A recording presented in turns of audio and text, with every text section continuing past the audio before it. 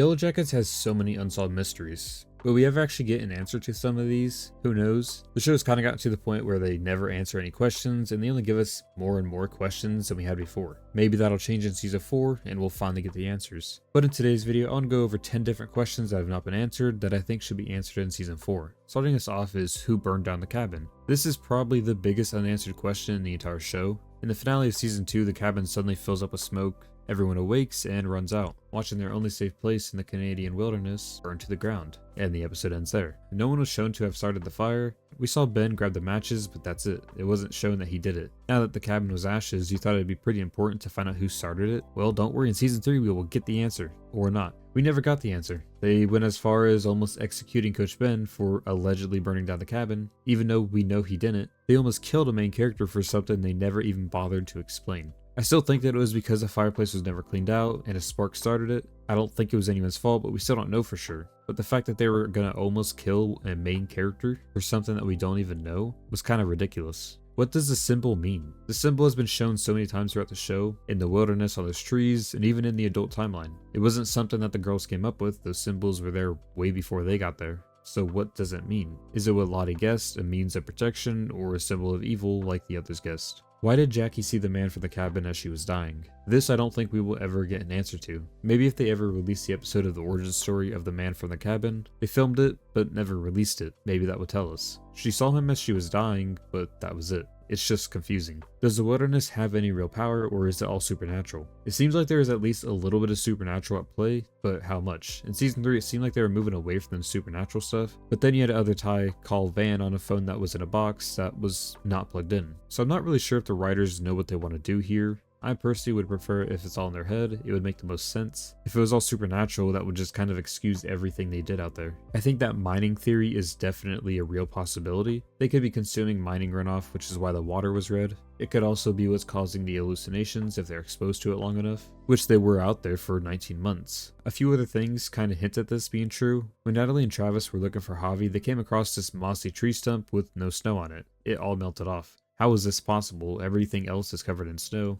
Well, it could be because of a heat source underneath it, like a mine shaft. Who is Javi's friend? He says that his friend helped him survive on his own, but who? Ben was also talking to himself in the same cave Javi was in, but why were they both seeing someone that isn't there? We know that the cave caused hallucinations due to the gas in the air. They also showed that you had to go further in to be affected by it, or else Mari would have been affected by it. It was definitely a hallucination, but I still think it's something that should be answered, but we most likely never will, as both Javi and Ben are dead. What happened to Crystal's body? After she fell to her death, her body was gone when Misty came back for her. There wasn't a single trace of her. I think it was most likely wildlife like a wolf or a bear that took her, but there wasn't anything left behind to even suggest that. And if they did decide to go down the supernatural route, then I doubt it was wildlife. What's with the no-eyed man? For the first 2 seasons, Ty was the only one who could see him, until season 3 when Shauna, Van, and Akilah could see him for some reason. Why is that? It was shown that only Ty and her grandmother knew of the no-eyed man, but what even is he, and why could they only see it? Is he the other version of Ty? Well, I don't think so, but who knows. The thing I'm most confused about though is how the others could see him. I don't think Ty ever even mentioned the no-eyed man.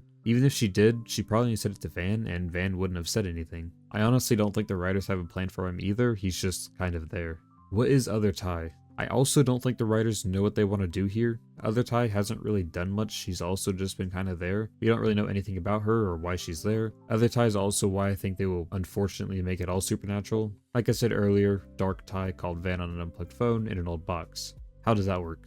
Is Dark Ty the one that actually said she wants to kill Shauna at the end of season 3? Did she really not beat Other Ty in the very anticlimactic fight? What happened to Akilah? In the season 3 finale, Akilah is seen confronting Lottie in a cave. She no longer believes in Lottie or the wilderness. The last time we see her, she is standing behind Lottie holding a stone, and that's it. Lottie walks out the cave unharmed, but Akilah is nowhere to be seen. I don't think Lottie killed her or anything. She might have just knocked her out, or maybe she passed out from the gas before she could do anything to Lottie. I think it's very likely that she survived, but is the one survivor who was left behind. Will we actually see an adult version of her? Has she been trapped in the wilderness this whole time? I'm sure we'll get an answer to that in season 4. Now on to the last question. Why was there a plane in the middle of the woods? It's entirely possible that it could be for the miners, if that theory turns out to be true. When the frog scientists hiked up to the camp, it took them days. It'd be pretty hard for workers to carry everything they need to mine for multiple days and climb mountains. So this could be why there's a cabin and a plane. It wasn't for scientists, or else they would have at least mentioned it, but they didn't. So I think it was for minors, but once again, it hasn't been answered. If they ever do release that episode of the backstory of the cabin guy, I think we will get the answer there. I'm really hoping that sometime before season 4 we will finally get that episode. It's been filmed and I believe it's been edited. We just have to wait and hope they decide to release it. So this is the 10 unanswered questions that should be answered in season 4.